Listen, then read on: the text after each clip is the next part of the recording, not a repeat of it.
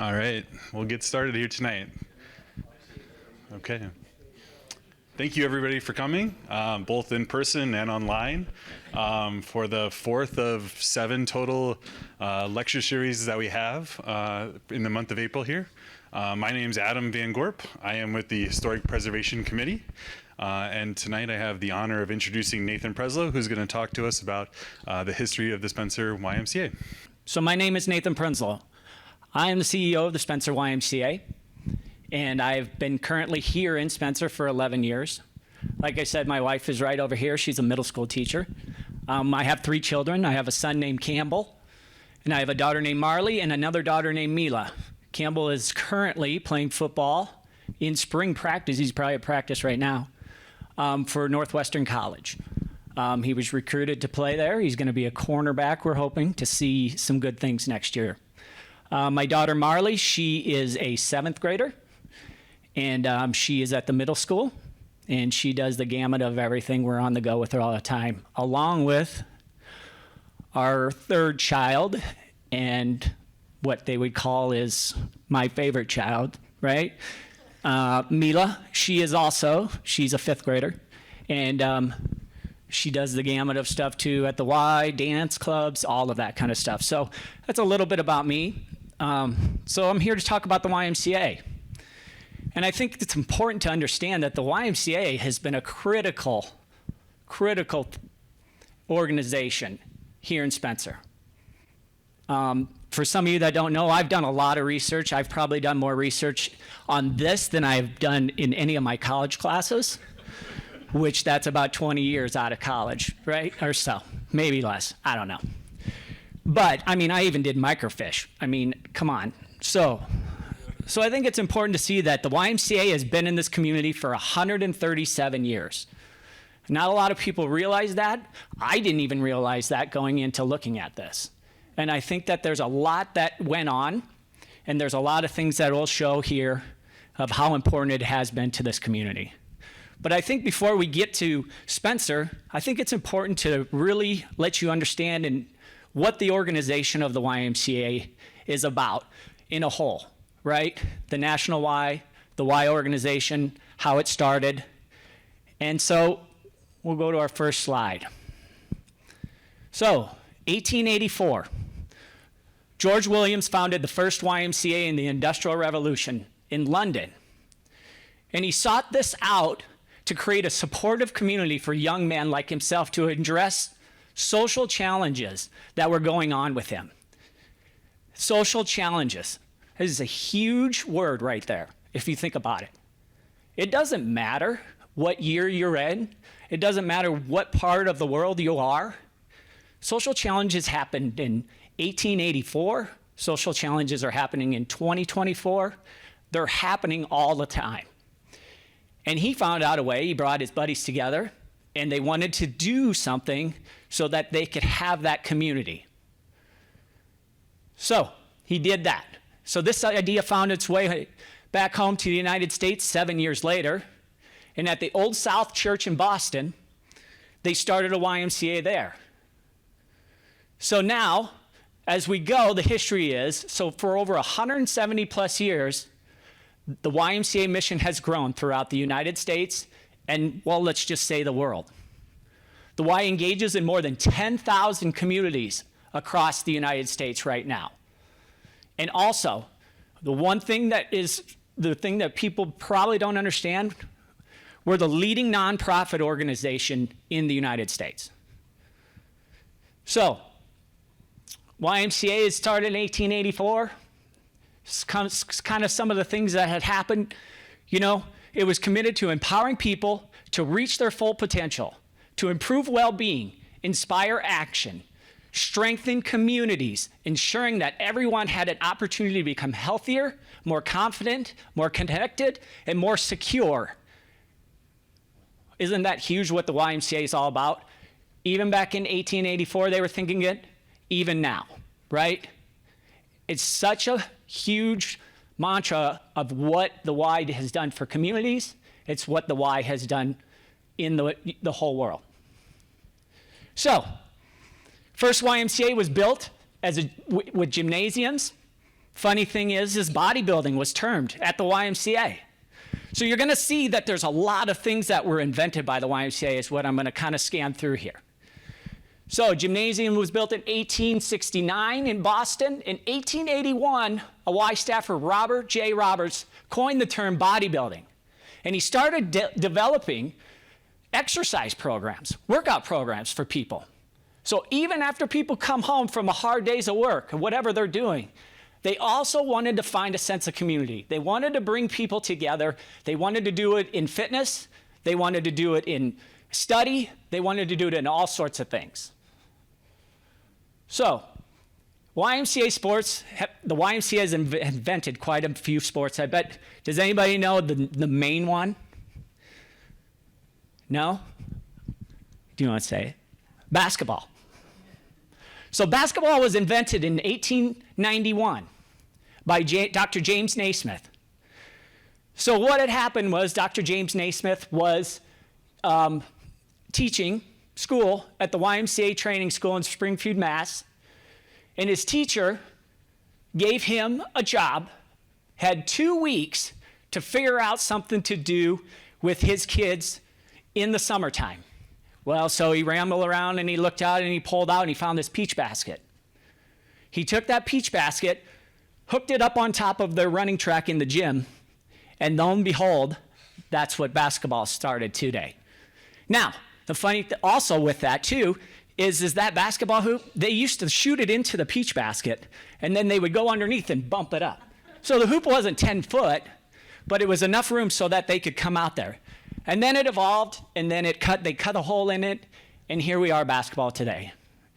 So in 1890, William Morgan, he felt like he had to be just with something else and felt like that basketball was too strenuous for businessmen, which is kind of funny to think about, as all the Ys I've been to and worked at, noon ball used to be a huge thing for businessmen. They would come downtown. When I used to work in Pennsylvania, when I worked in Blair, Nebraska, they would do noon ball all the time. So anyway, so he took the elements of the game of tennis and handball, and he turned it into volleyball. So, volleyball, basketball. And then in 1950, Joe Sobek, he took and invented racquetball in Connecticut. So he took again, things from squash, things from handball, and invented the sport of racquetball. 3 major sports that were started here through the YMCA that not many people know about, but it's a huge asset to our community. Right here too, if you look down below, today more than 45 million Americans play volleyball. Today, basketball is the largest program, the largest sporting event in the world next to soccer. All invented at the YMCA. So now our core. This is our core. Swim lessons is a major core of the YMCA. It's a top program. So in 1909, there was a campaign to start teaching youth how to swim, teaching men, boys in North America. So George Corson arrived at the Detroit YMCA in 1909, and he's used what they would call radical moves, radical strategies, which would be group swimming lessons. And then they also did land swimming lessons. So what is a land swimming lesson? So that's basically teaching skills on land so that people feel more confident when they go into the water. And this expanded on to people with disabilities. And they really learned that in 1910, they really learned that this could be included with families, like I said, people with disabilities. This is just helping people feel safe around water. Swim activities were developed. Kids learned to problem solve. They learned to bolster their self-esteem. Swimming is a huge thing, and it's very important throughout the Y. Jump ahead to World War I. The YMCA served soldiers over one. You know, there was 145 women that served the YMCA through supporting American soldiers in the US and France.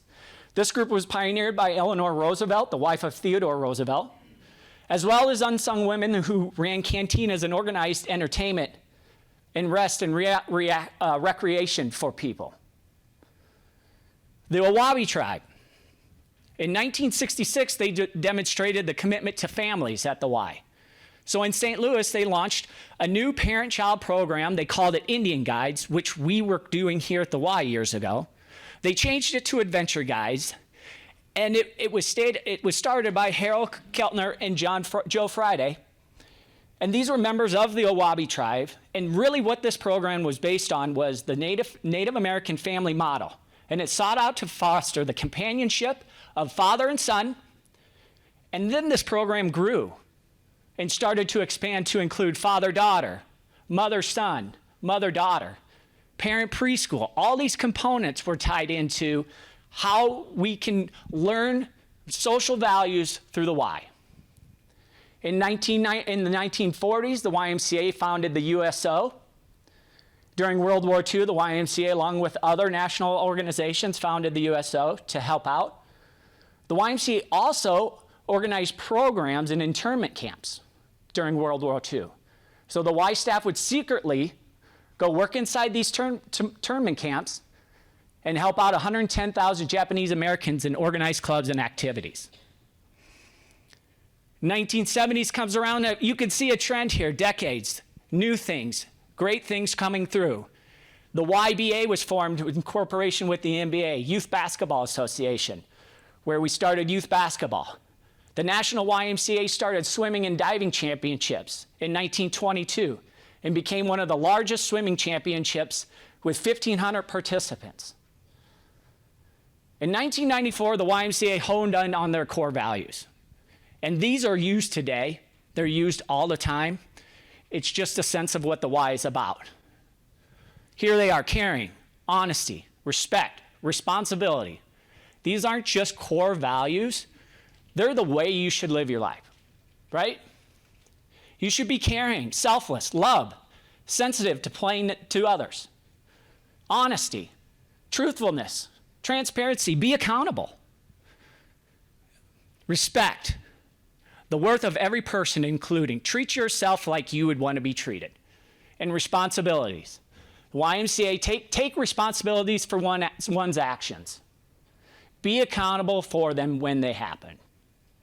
You can take these back to any program to this day. You can take it back to anything. And these values are utilized in everything that we do. Jump ahead to the 2000s, the YMCA was a crucial response in the World Trade Center, COVID-19. You know, there's military, we've built Ys on military bases to help families get accustomed to when their parents are deployed. And then in 2010, the YMCA actually rebranded their logo and called it the Y, but still honing in on the same Christian principles that we put into practice in the past. So that's kind of a little bit about the Y. So now let's kind of zero down into where we are today in Spencer. So like I said, I've done a lot of research. I feel like that I'm close. I don't know if I'm as much of an expert as Bob Rose, but I'll try. But we found this information that in the Gilbert History Book of Clay County, the Young Men Christian Association was formed, stated that it had a good membership. The young men had manifested considerable interest in its welfare and had endeavored to make its meetings profitable, instructive, and entertaining. They had a neat, pleasant room with an organ. They had all the best magazines, leading periodicals of the day. The organization is excited. The organization is exercising and promoting an influence for good among young men and is doing grand, noble work in circulating wholesome and moral truth and surrounding the younger members with circle of uprightness and morality. So who started this was W.W. Britt. Now, I couldn't find much about him. I couldn't find anything in the history about him, but I would say that this is the birth of the YMCA in Spencer. This is where it started. It started in an area where these people wanted some place to have some social interaction. They wanted to be a part of something special, and that's where we are. 1900s come around. Two people. Here's what you're going to learn about what's exciting about the YMCA in Spencer is that there's always people that have forward thinking. They're looking forward for what's best for the community. They're looking forward what can make the community grow. And that was important to these two people right here. Reverend Owen Bond, he was the pastor at the Methodist Church when it was built in 1901. Bond had been very passionate about finding a place for youth and adult could come, be active, or as he said in the paper, clean amusement, and it was regardless of any church affiliation. So bring anybody that wants to come to the YMCA. So Bond had been working through this. He knew about what was going on in 1887, but he wanted to make it bigger. He wanted to make it better. So how is he going to do that? He needed to find somebody to help him. So he had seeked out Marion Griffin. Marion Griffin was born in New York City in 1884, moved to Spencer in 1869. Marion Griffin was a large landowner here in Spencer. He would have been one of the founding fathers of this area. Couple fun things: he was county treasurer.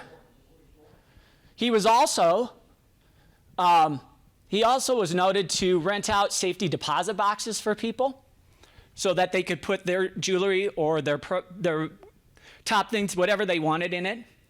And so as he was doing this, he realized that he wasn't really getting paid for that. So he established his own bank, private bank called the M.E. Griffin Bank.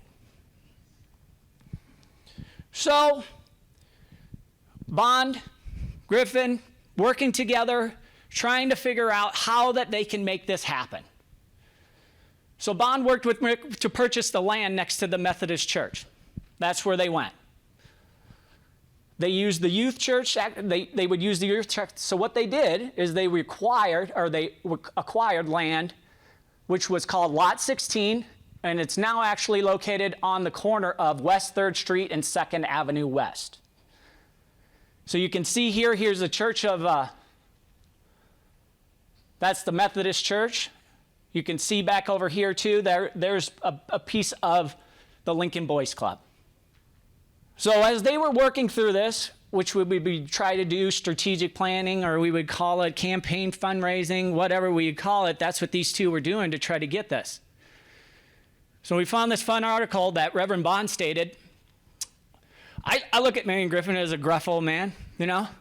He was strong, tough, bachelor all his life. That's kind of how I picture it.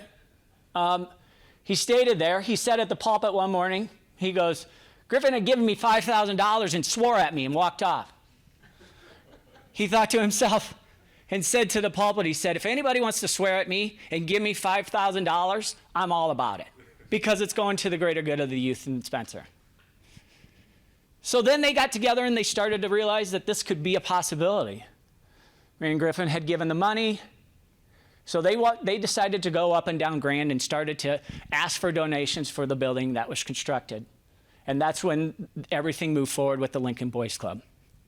I couldn't really find the final numbers of what that was, but it's definitely exciting.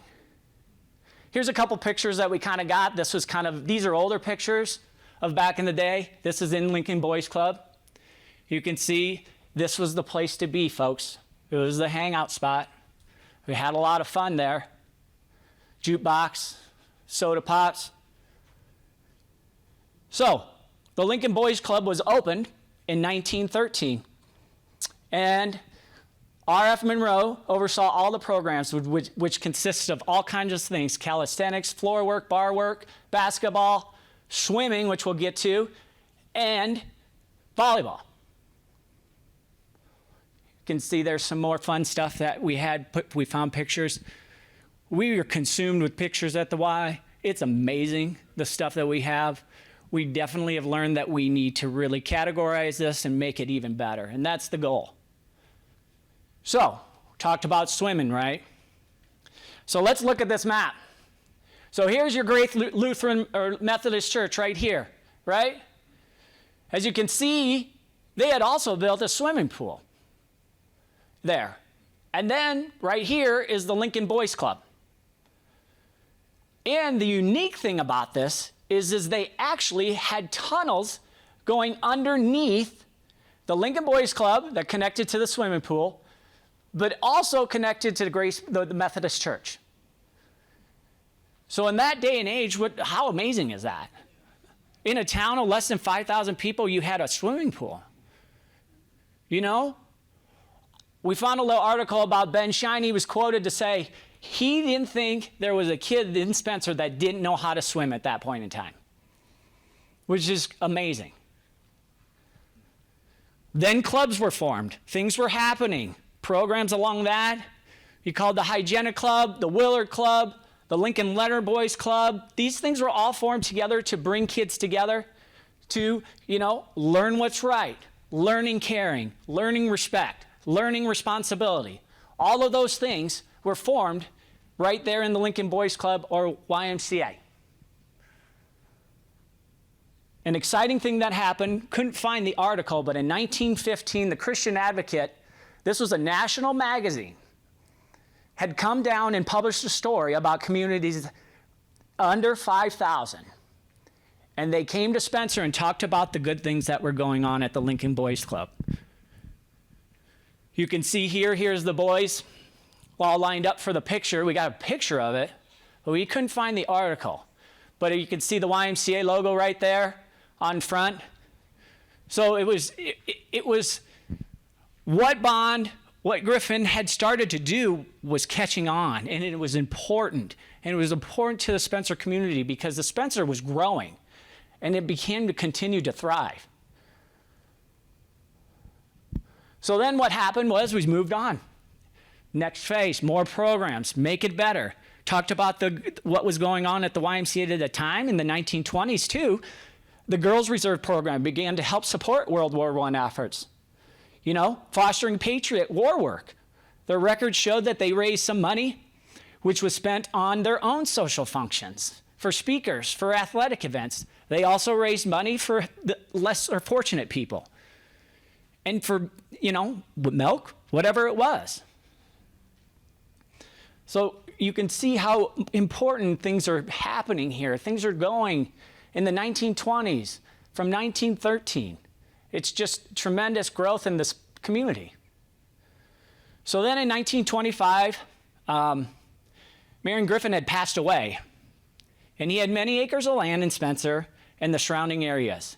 Well, he had created a trust, and in that trust it stated that he had created this, and he said that at this moment I give unto trustees or the other managing officers of the Lincoln Boys Club of Spencer and the use and benefit of said club the sum of $10,000 to be paid in cash or securities and $10,000 to the YMCA at the discretionary of our executors on or 5 years after the date of my death. At such time, within said 5 years, and in such manner as my executors shall deed to be the following interest in sound administration of my state. So they knew that there was an opportunity there. They had this $10,000 to the YMCA, 20 kind of total. There's some stuff that talks about how that was separated out, but they had to wait 5 years. Well, let's just say 5 years actually turned into 15 years, and we'll kind of get to that. It actually got even longer. But as that time, the Y kept chugging along, things kept going on, and the Girls Reserves got together and decided that they wanted to become a YWCA. So Miss Newell A. Redmond was chosen as the first president. So the YMCA was created with this. The YWCA was created with numerous programs. So this is a huge one that we've talked about. I've heard a lot of people talk about is the Friday Nighters. This was a night where that you could go out at 9 o'clock after dark, after your events at high school or whatever it was, and go hang out. If you look back at some of those pictures, I guarantee some of those were that Friday Nighters. The YMCA, they also had teen nights, which would be no different than what we're doing right now with our middle school dances that we have going on. The high schoolers they also had babysitting courses, dramatics courses, knitting courses, bridged. They learned about stocks and bonds. They had classes about driver's instruction. The things that were going on were tremendous. And it's really exciting to see, and it's really neat to see that as we as I was looking through this, I couldn't believe how important it was to this community at that point in time. So, there was 15 years had gone by. Like I said, Marion Griffin, he was a single man. He had 2 daughters. They were the 2 primary benefactors of that trust. We found out that I looked into it, that there probably was like around 70 to 80 clauses in that trust. And so as they were trying to work through this would have been people like Wilson Cornwall, Ben Abbin. They were working together to try to find this money. And what they had learned is that it was all gone. There was no money, right? But, like I said, Griffin had a lot of land. So in that, Wilson Cornwall came to the conclusion that he wanted to put together what is currently now the Public Benefit Holding Company. So Cornwall and Abbin worked out a deal to get 240 acres of land in the Gillette Grove area, strictly for the YMCA. And looking back on that information, there's a lot of work that was done to try to get that going.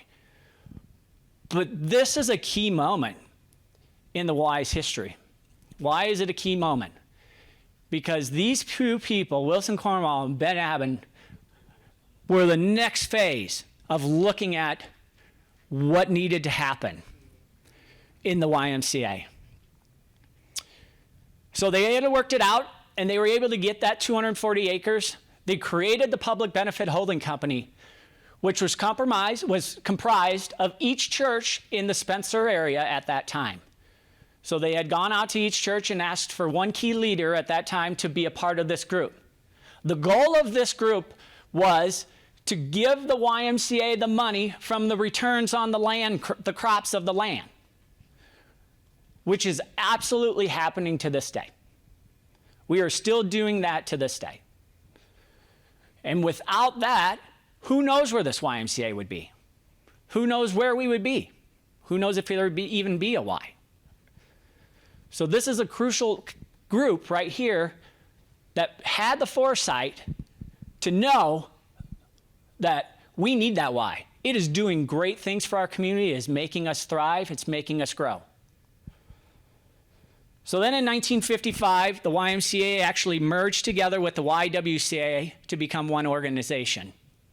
The Spencer YMCA was the official name, and now we're recognized by the National YMCA. We were recognized by the National YMCA as an organization, 501c3 nonprofit organization. This would have been the logo that the YMCA had back in the day. YMCA has gone through numerous logos at that point in time, but that was the one. So, in 1961, the board of directors, they got together and met, and they decided that things weren't really going well. The Lincoln Boys Club was run down. They're starting to run out of room. Things weren't really going. So they really looked at the opportunity to decide whether to discontinue the operations or to replace the old Lincoln Boys Club with a completely new, up-to-date building. The board members realized that keeping the original Boys Club was not financially sustainable. And it was due to the lack of room. It was due to the lack of space. It was due to inadequate ventilation. And then obviously the pool loss was definitely something that had happened in the past. There was a big flood. Groundwater raised up, flooded the basement of the church. It flooded the Lincoln Boys Club.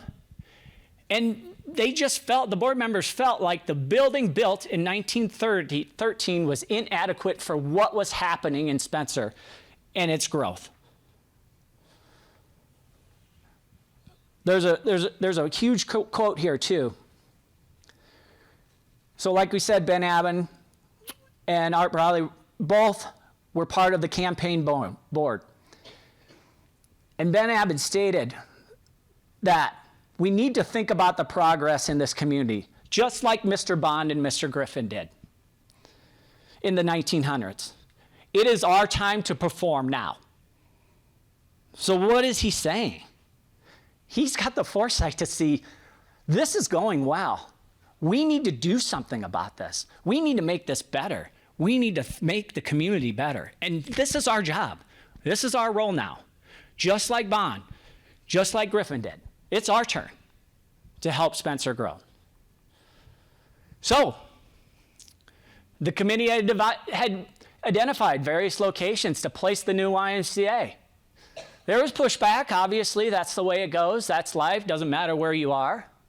But they still felt like the 10-acre site at the intersection of 11th Avenue West and 11th Street was the best option for the Spencer community. They thought that this was the best location based on continued growth of the community, the cost of the land, the availability of enough land for the future, expansion, parking, and enough space for programs to grow and thrive. They had that foresight to know that this is where we need to be. Spencer was growing out there, folks. We all know that, right? It was the place to go. So in that, they knew it. They knew that that's where they needed to be. So Ben Abbott became the chair. He was the general chairman, 1961.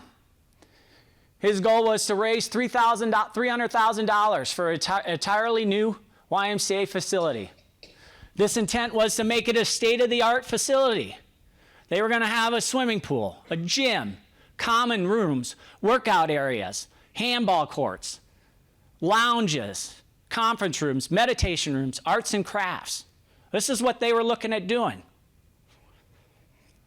In 1963, they hired the first executive director or CEO of the YMCA, Lester Shuffleman. In 1964, Mary Kay Redmond was the YMCA president of the organization. And she put that first shovel into the ground at that groundbreaking ceremony. So, 1965, September 26th, was the grand opening of the YMCA. They said an estimated 5,000 people attended that opening. Ben Abbott said at that grand opening that the building is a silent monument to each individual who has contributed to making Spencer a better community. This dream had been dedicated to programming, to community, and the participation of the future of Spencer. We all see this theme here, right? People know how important this is. People know what is needed to be done. So here's some fun pictures here. Here's a little faded picture of the groundbreaking. It was pouring rain. They didn't care. They knew they wanted this YMCA, so they were going to break that ground, right? You got trampolines, which is definitely a safety hazard now these days. We can't do that anymore. But how much fun would that be, right? And then the state-of-the-art swimming pool that we had. These are kind of fun. Here's the grand opening, 5,000 people walking through. Here they are walking through the gym. Here they are in the commons area. Looking at the craft room, walking through the pool. And this is just a few pictures of the numerous ones we have.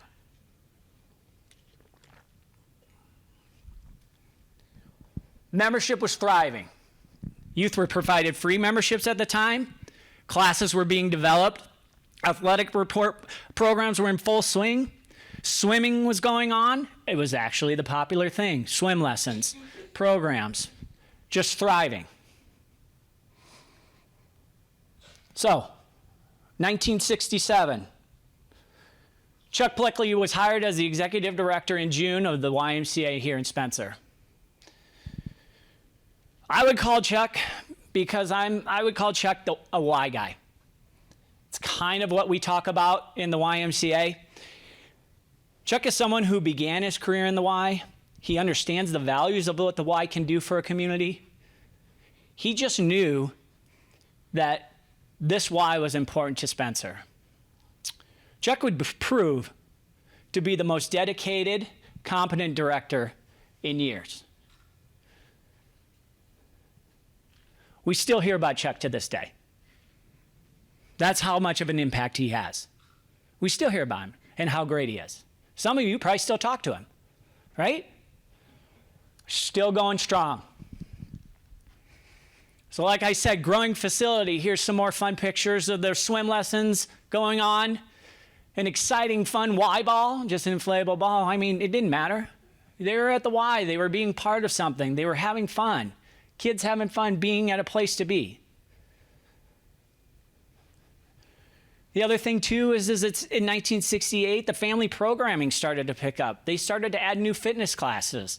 They had weightlifting. They had swim lessons. Heck, they had sports leagues. Basketball was huge here. Volleyball was huge. Handball was huge. Flag football happened. Soccer clubs, wrestling clubs. And the funny thing is that there was a minimum amount of staff that worked at the Y. Do you know where most of these things were ran by people that were volunteers, board members, important people in the community that knew that they needed to help work this YMCA and make it go and help the youth and move this thing forward and continue on. And Chuck had a good little twist of the arm too, I guarantee it. He definitely knew how to do that. So let's talk about kind of that next step. We got an important thing about how the public benefit group was together. The next thing that really is really interesting is that the Wise Men's Club is definitely very important to the YMCA today, just like Public Benefit Corporation. Funny little story Ron kind of told me about. So Chuck and Ron were pretty good friends. Chuck persuaded Ron Baumeister, Bob Graham, and some more group of friends. Let's go over to Sioux Falls. Let's go to the Y over there. Let's go compete in. They got a handball tournament going on. Let's go down there and let's go play. Let's compete. We're good enough, right? Well, lo and behold, Chuck had other plans. This wasn't no handball tournament. No. Chuck knew he needed to find operational income for the Y in something such as a fundraising club. And he knew about the Sioux Falls YMCA. And he knew how strong the Sioux Falls YMCA Men's Club and how it helped that YMCA in operations, in things where they would need stuff. He knew it. He knew about that. So they went down there. They figured it out. And in that point in time, in 1971, the Wise Men's Club was established. You know, there's been numerous members. We have numerous pictures. The original members were Russ Schneider, Ron Baumeister, Harlan Boovey, Artie Dodge, Bob Graham, Bill Griggs, Lask Grove, Don McQueen, Ken Norris, Bob Rose, Paul Williams, and there's probably even more. I mean, everybody was a part of it. They knew how important it was. So the first fundraiser was they went and they sold door-to-door Christmas trees. I found a quote on you, Bob Rose, and it said that it was a very successful fundraiser, but you knew that it was pretty cold going door to door. It must have been a pretty cold winter. We know how that gets around here, right? So then they were thinking, what can we do next? So they had found out that Marv Lech, he was the owner of the several Wonder Bars at the Clay County Fair, which we would probably call, now we would call mini bars. He had stands at the fair. He lived in Arizona and he was looking to retire. So he reached out to a fair board member, Bill Woods, to see if any service organization wanted to purchase the rights and the equipment for this. Well, Bill reached out to his son, Bob. Bob worked at Farmers Trust and Savings. He was also the president of the Wise Club. And Bob talked to Ken Norris, and they proposed that the Wise Men take on this project. So they went out and they got a bank loan of $4,000. And in 1971, the group started the first Nutty Bar stands with 6 fold-up stands. We had 6. We know how many we have now? We had 14, but we got 12 now. Right? Here's a couple pictures of the group. I mean, this is decade pictures. 89, 91, all the different people being a part of this. It was a tremendous time. And not only that, it was such an important thing to the Y. So in 1971, the first year of the Nutty Bar stands proved to be a learning experience for both. They ended up having some volunteers. They had paid employees that worked the stands. Bars were a quarter, right? And the profit that they made was $200 shy of paying off that $4,000 note. Yet, here's a big thing. Bob Wood stated in this, he stated that the Wise Men's Club and the Nutty Bar stands would serve as an excellent financial base for the club and the Y for years to come. And that truly holds to this day. I would say without that, I definitely know coming here 11 years ago, finding out about how important these stands are, how important that they provide help for the YMCA, it's just remarkable. Not many people, I have Y directors jealous on the stuff that we do with this. It's tremendous. And there's old Chuck, go check him out. He's got that Nutty Bar. We might need to get some aprons like that with names on it next time, right? So the following year, Ron and Kent and Glenn, they kind of thought to themselves, how can we make this better? You know, we were paying people. We need to figure out how we want to make more money for the Y. So they went to Chuck and they suggested, why don't we just ask for volunteer help? Can we do that? And as Chuck being Chuck concurred. He said that people would give themselves and their time for something as valuable as the YMCA and its offerings to this community. That's what's happening now, folks. People give their time to have Nutty Bars. People give their time. Businesses take time out of their day. We house people in there for those whole 9 days from 9 a.m. to 8:30 p.m. So in 1972, the Wise Men's Nutty Bar stands profited $6,000. To this day, there's definitely a mantra about the Y and the fair and the Nutty Bar stands. The Nutty Bars at the fair are still the best deal on the ground, right? Every time somebody comes up to the YMCA Nutty Bar stands, they get their $1 or $2 out and they say, can't leave the fair without a Nutty Bar stand. Nutty Bar, gotta have one. Also, this Wise Men's Club did not just do the fair. They had pancake feeds. They ran basketball tournaments. They did so many things. Again, having the foresight to know that they needed this stuff to help this community grow and help the YMCA grow. That's why they did it. So, the Y had been continued success of the YMCA. Activities continued to boom. The YMCA was at a place in Spencer where the Spencer YMCA was the place to go. I mean, people from surrounding communities were finding their way to the YMCA to participate in sporting events, to maybe just be there, to be a member, to hang out. It was a place to be.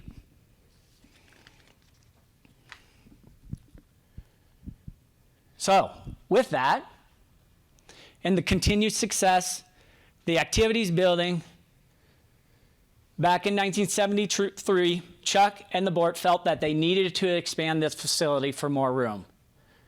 So, 1973, they formed another study group. They set goals for possible expansion. They had made the last payment on the building in 1974. So here they are, the next phase of the Y. The next important step that this YMCA made was to look at expanding because the things were just starting to grow and continuing. So in 1976, the board contracted a fundraising group to secure funds for expansion.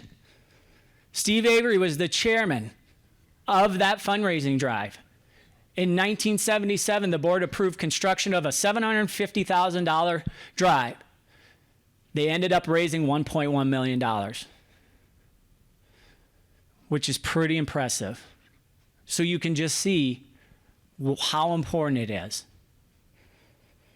In August of 1977, ground was broke for the new addition. Construction was 16 months. It's pretty impressive. On a 17,000 square foot facility. The grand opening was in 1978. Once again, Spencer YMCA, the Spencer community, and the surrounding areas became the top recreational facility in Northwest Iowa. It featured all sorts of fun stuff. Featured a new gym, racquetball courts, had a suspended running track, had its own weight room, a youth lounge, locker rooms with showers for men and women. Other features were spa, sauna, steam room. If you look at the YMCA and you've been in the YMCA now, there's not too many things that aren't actually there right now currently, right? This was the start of it.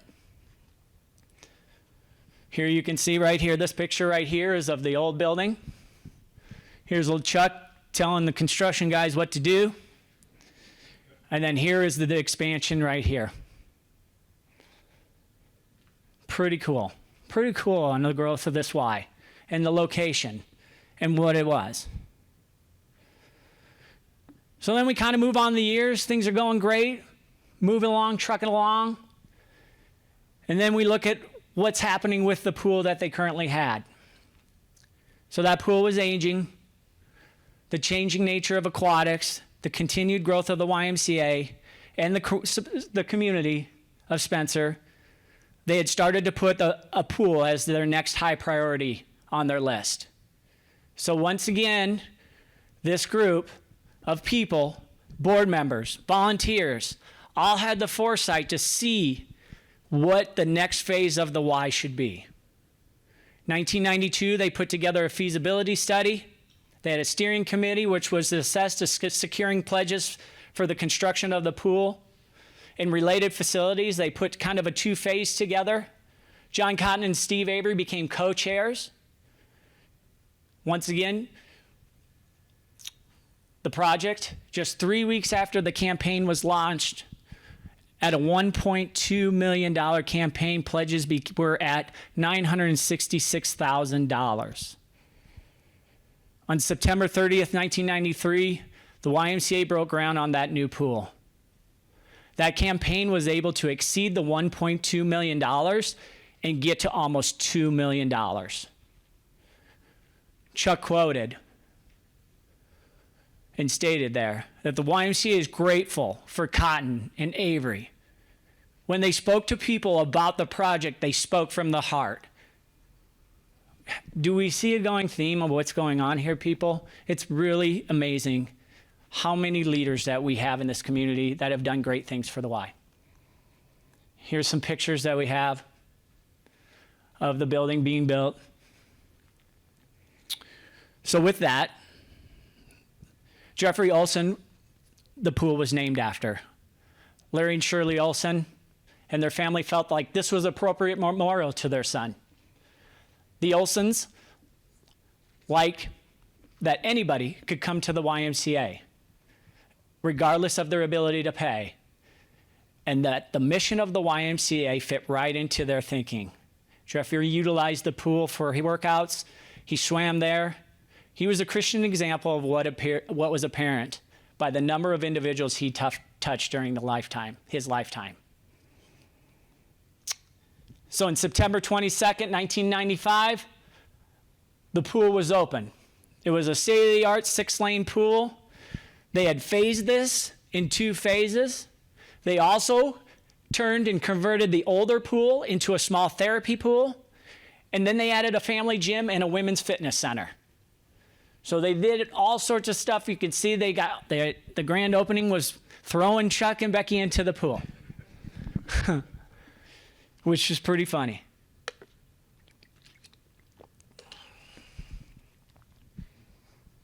On January 5th, 1996, Chuck Plecky retired as executive director of the YMCA. I find this kind of strange and weird, and I don't know, maybe I'm just weird, but I was born on January 6, 1978. January 6, 1996, I was a senior in high school. Chuck retired on January 5th. I don't know. It's kind of cool. Chuck was executive director of the YMCA for 28 years. He was part of many changes at the Y. The most visible would have been the growth of the YMCA facility. That Y was at 20,000 square feet. It grew to 50,000 square feet. Chuck would actually stay on after retirement, and he would work in a part-time capacity, and he would help out developing with financial development and endowment. Then in June of 1996, Becky Labar was officially named as the third YMCA director, executive director of the Spencer YMCA. Becky started working at the facility in 1980. In 86, she went to go and grow and tried to grow her career as the physical director of the Austin YMCA in Austin, Texas. But she quickly returned to the Y because she knew how great it was in 1987 and became the operations director. Becky was instrumental in creating innovative programs in her tenure as the operations director. So there's a lot going on. Programs were happening. Childcare was big. And on April 12th, 2008, the YMCA broke ground on the Diverkston Child Care Center. The money for that child care center was given to the YMCA by Irvin and Ruby Diverkston's charitable fund, which also gave out 10 other organizations with their foundation here in Spencer. The Diverkstons felt that the Y was a great asset to the community and knew that childcare was a need in the community. So even in 2008, they knew how important childcare was to their community and how it could provide growth in our community. The Y had been providing services for children 3 years to 6th grade with our before and after school program, with its kindergarten through 6th grade programs being housed out of Johnson Elementary because there wasn't enough room in the Y. But this gift that they had gotten because they'd been working on this of $490,000 served as the impetus for the proposed child care center to be done. And they wanted to house 70 to 80 additional children from infants to 6th grade. The project cost was $1 million and would increase the building square footage by 4,000 square feet. On January 2009, the Diverkston Center was opened. Here's some construction pictures of that.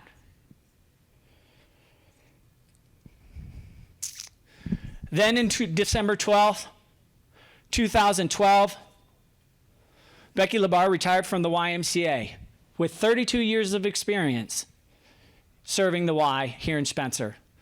Labar's tenure had been credited to growth of programs, the building of the Diverkston Center, and she made the YMCA the largest child care provider in Spencer for infant through 6th grade.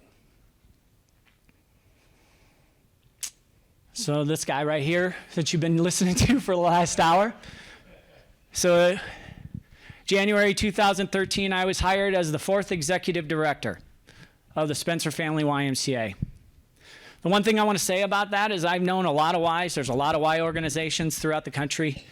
There's not too often you can find a Y that's only had 4 executive directors in 137 years, right? That's pretty impressive. So what's going on today? So today the YMCA is a $2.3 million operation budget. We currently have 16 full-time staff members. We employ 260 members. That's throughout the year. We currently have 2,746 members that come into that building. Our licensed child care center runs from 5:30 a.m. to 6:30 p.m. We currently have 85 children, infant to 4 years of age in this building. We also have 3- and 4-year-old preschool programs. We have a waiting list for kids to come. People want to come to the YMCA and be part of it. Our Kids Club is thriving. What is our Kids Club program? It's our school-age program for K through 6th grades. We have 255 kids registered right now in this program that provides care for kids before and after school. We're also a bus hub. The Y is a spot where the bus stops. So kids that are going to these programs or coming to the YMCA can get dropped off at the front door of the YMCA. We also have our Summer Kids Club program. We provide full day care in the summer for children. For kids go on multiple field trips. They go to the aquatic center. They also do curriculum at the Y. Last summer, we had 288 registered for this program. And right now, we're signing up people left and right. The Y offers over 50 land and aquatic fitness classes that are held weekly for people of all fitness abilities, and all through various times. Our aquatics is a staple in this community. Our aquatic programs are such an asset to this community. We've had 575 people participate in swim lessons in 2023. Here's something too. Every May, we host what's called Water Safety Week, where we work with the kindergarten through second grade students of Sacred Heart School, Iowa Great Lakes Lutheran, the Spencer schools, and their teachers teach water safety in their classroom for 2 weeks. And then in May, they come for another 2 weeks in May, they come to the YMCA and they learn water safety skills in the water. We've had 151 kids participate in that last year. We're coming up on it again. And it's amazing to see that some of these kids may not have had any contact with water, and they're scared. And it's important that we show them that the YMCA is an opportunity. We also have 82 children that are part of our Tiger Shark swim team program. This swim team competes against other YMCAs in Iowa for the chance to go to the Y State Swim Meet in Marshalltown, Minnesota. They currently won their division banner trophy in March, which is pretty exciting. Water Babies is another huge program that we run. This program is for children that are 3 months of age through preschool with their parents, can learn water safety. They do front and back floats, gross motor skills, and stuff like that. Youth sports runs the gamut of our YMCA right now. Youth activities, dance, all of that kind of stuff.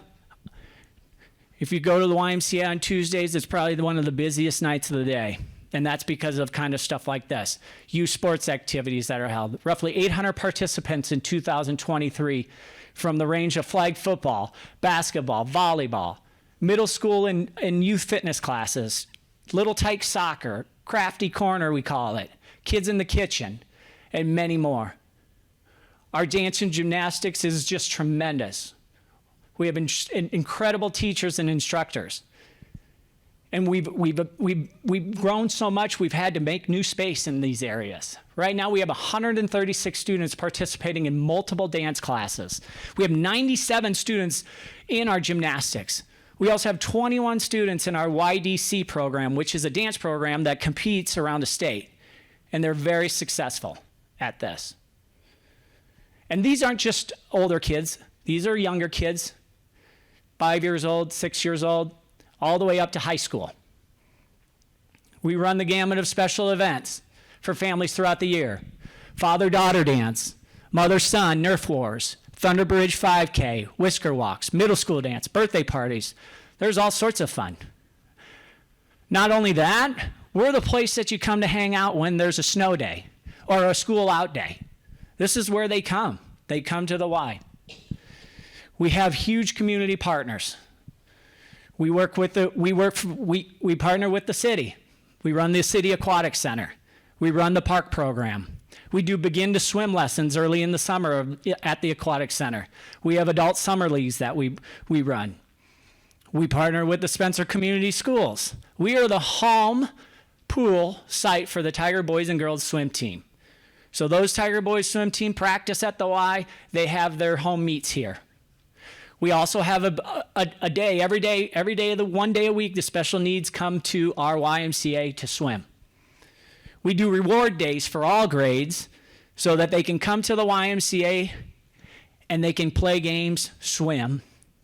And for the last 5 years, we've been the house of the post-prom party, where after prom, kids can come and have a safe place to be.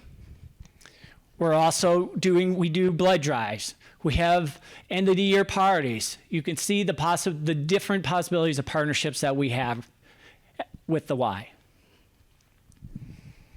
Here's some pictures that we have.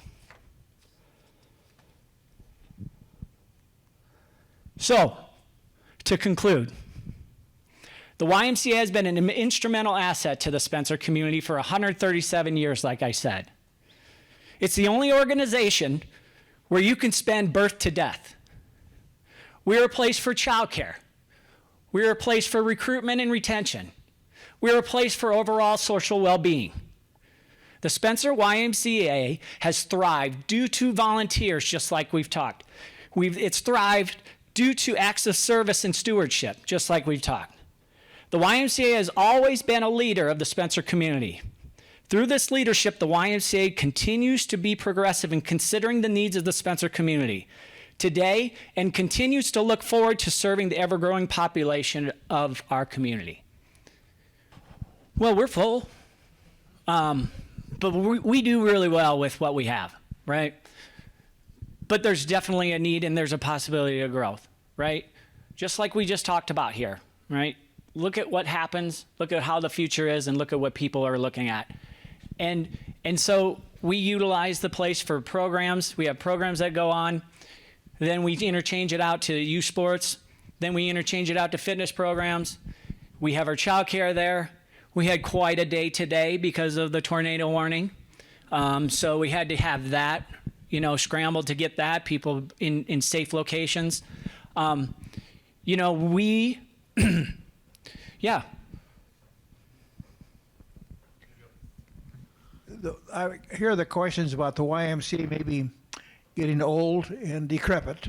And I recall the last time I was there were some things that were broken down. It wasn't very easy. I heard the story that we're going to move the YMCA someplace else, build a new one. Well, I don't mind them build a new one.